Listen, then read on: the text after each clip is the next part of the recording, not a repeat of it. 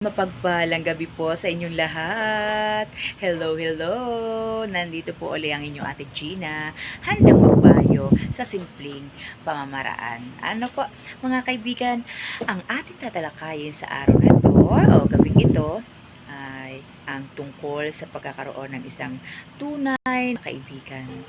At sino yung inyong maiituring na kaibigan sa pamumuhay ninyo. Hanggang sa ngayon, may mga asawa na. So, shout out sa mga friendship. Ayan, sa tunay na kaibigan. Ang isang kaibigan ay maaasahan natin yan sa mahirap na sitwasyon. Yan ay ating aalamin ang tatagan ng inyong pundasyon, ng inyong pagiging magkaibigan. Hindi pwedeng kabig lang ka ng kabig, o take ka ng take, at hindi mo kikilalanin ang tunay mong kaibigan at kasama. At syempre, mapipili tayo na tunay na maaasahan sa pagdating ng sitwasyong hindi nating inaasahan na problema. Problema na naman. Ganun. Ayan, hindi naman lagi natin masasabing hindi ka magkakaroon ng problema sa friendship, sa inyong pagkakaibigan. Pero the most important, ayun, napa-English na, ay yung nagkakaunawa ng bawat isa. Ang mai-share ko nga ay yung aking pagkakaroon ng isang kaibigan na sinubok ng panahon. Naging matatag na. Ayan na. Kahit na kami ay hiwa-hiwalay na at kami ay, siyempre, iba yung friendship sa barangay nyo, iba yung friendship sa trabaho, iba yung friendship sa saan ka pumunta. Yun na. Diba? Pero yung friendship na yun ay pipili at pipili ka ng isa. Hindi pwedeng lahat kaibigan mo maaasahan. May isa kang natatangi sa kanila. Imposible na hindi mo anong tawag dito? Hindi mo pwedeng sasabihin friendship ko lang lahat sila or best friend. Ngayon, kay matanda man siya or bata, kung doon mo na ranasan or naramdaman yung tiwala, yung comfort, yung sitwasyon na kailangan mo sa pagkakaroon ng isang tunay na kaibigan. Kasi yan, hindi ka nakarakayan, makukuha mo yan na yung tiwala, yung kahit na sa unang tingin mo lang, ito na yung kaibigan ko, hindi agad. Sa pagsasama, sa trabaho man, sa school man yan, o sa buhay may asawa na, o kumare, o kapitbahay, katrabaho, o diba?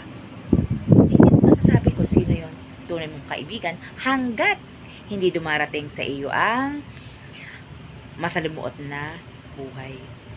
So simula, siyempre, bata pa kayo, nasasabi pa tweetams, pa chill-chill lang, gimmick-gimmick.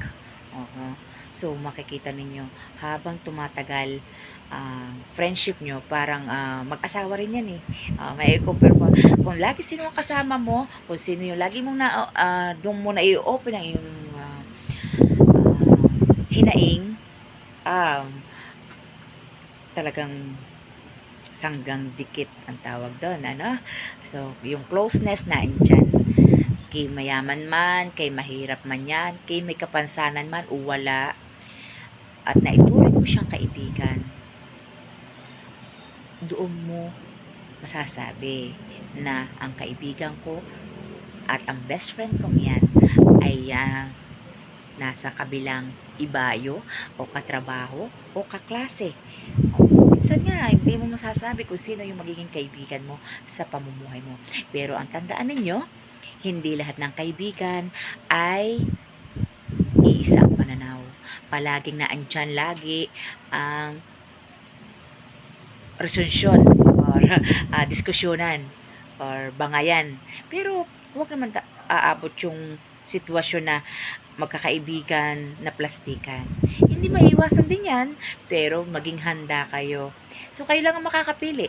Pero ako, ang napili ko, kahit hindi yan ka-church, kahit hindi yan mo katrabaho, hindi mo yan kapamilya, pag nakilala mo siya, masasabi mo siya na yung natatangi kong kaibigan at siya na ang best friend. Mga kapatid, ang best friend talaga hindi lang sa pagkain o gimikan.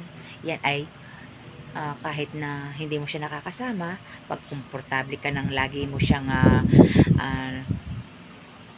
nakakausap, pero hindi yung darating ang panahon na hindi mo na nakausap or hindi ka na kayo nakikita, hindi mo na siya maituring na best friend. Kahit na ikaw ay malayo, pag naandyan yung sympathy ng bawat isa, ang kwela, yung mga kaikikan or your ibig sabihin mga mood swing ay nagkakaroon talaga ng pagtatalo minsan. So hindi mo lang papatulan.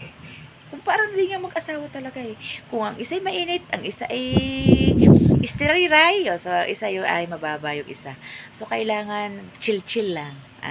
Walang saysay ang pagkakaibigan kapag walang testimony yan, ha? Kahit sino pagtalikod, hindi po pwedeng sisiraan. Ang magkaibigan tunay, sanggang dikit, kahit may pagkakamali nga eh, pag hindi mo nagustuhan yung sinasabi niyan, iintrada ka na, mali ka, kahit magkaibigan tayo, i-defense mo yung sariling, hindi pwedeng ito-tolerate mo yung mali niya. Mas mararamdaman mo ang pagkakaroon ng kaibigan kung itatama ka. So, yung taong yun, ang pahahalagahan ninyo. Kaya, thank you so much at ang aking itinuturing na kaibigan ay hindi niya ako iniwanan. So, ramdam niya, hello, alam mo yan, hindi ko na ako mag-expect. Baka assuming yung ibang kong friendship, Pero lahat kayo ay natutuwa ako kasi yun, dumating man na yung dilubyo sa aking pamumuhay, nag-down man ako, nagsisimula uli ngayon. So, I'm happy na nandiyan kayo, na tinulungan ninyo ako. Kahit nga kaklase diba? Na masasabi natin kaklase natin at nagkahiwa-hiwalay.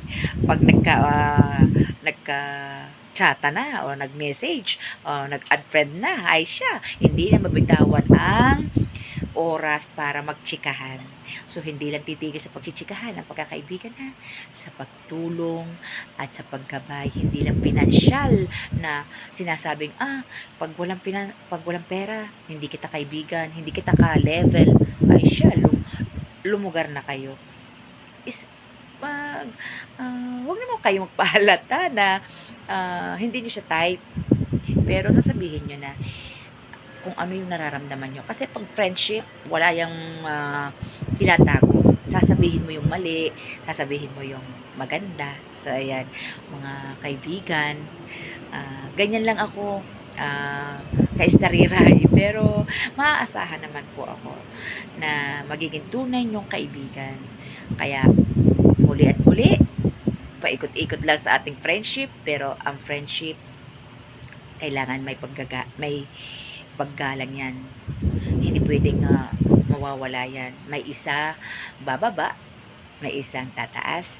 So, kung nakikita mo ang iyong kaibigan, ang iyong best friend, ay naghihirap o may karamdaman, kahit hindi financial ang iyong itutulong, iparamdam mo ang iyong presensya. Saglit man oras, bigyan mo ng oras na kausapin siya, kumustahin siya, kung ano man bagay, pwede mong itulong sa kanya, kung panalangin, pero the most, kung isang tao ay nangangailangan, lalo na't kaibigan mo siya, at itinuturing mong hindi na malayo or hindi na siya kaiba sa iyo, kailangan na ang pagkakaibigan ay may respeto. Walang lihiman. Bigyan nyo ng oras ang isa't isa. Para din yung kung lagi yung walang kumustahan at tulungan, kasi sasabihin lang, kaibigan kita, iparamdam mo, hindi lang sa pera o ano paman, yung oras. Ano mga kaibigan? Ayan, kung kayo may time, nandito lang tayo. Kahit hindi tayo, chat man o mensahe, masaya na yan. Kumustahin niyo yung mga kaibigan nyo. Yung mga itinuturan yung hindi iba. Pwede yan sa kapatid, pwede yan sa kamag-anak, pwede yan sa kapitbahay. Ayan. Yun lang po ang aking may share sa inyo. Ang pagkakaroon ng isang tunay na kaibigan ay hindi lang sa salapi, kundi sa oras ng tsikahan at payuhan. Bigyan nyo ng oras ang bawat isa. Thank you sa inyo pong panonood at like and share. Pagpapala!